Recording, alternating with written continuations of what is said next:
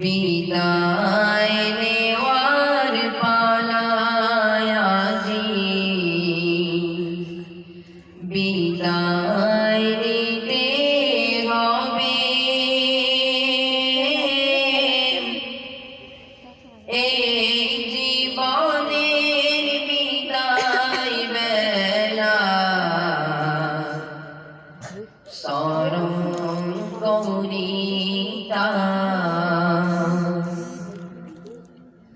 পরার তরে এসেছিলাম, বলে মাদ্রাসাতে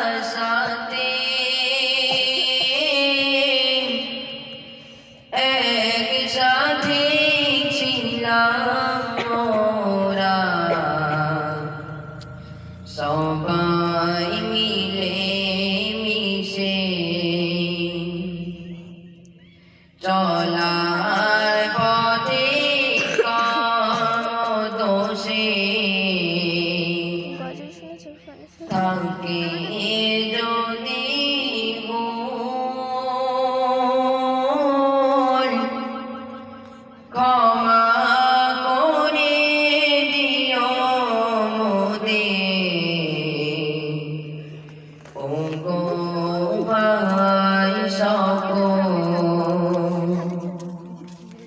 বিদায় নেওয়ার পালায় আজি, বিদায়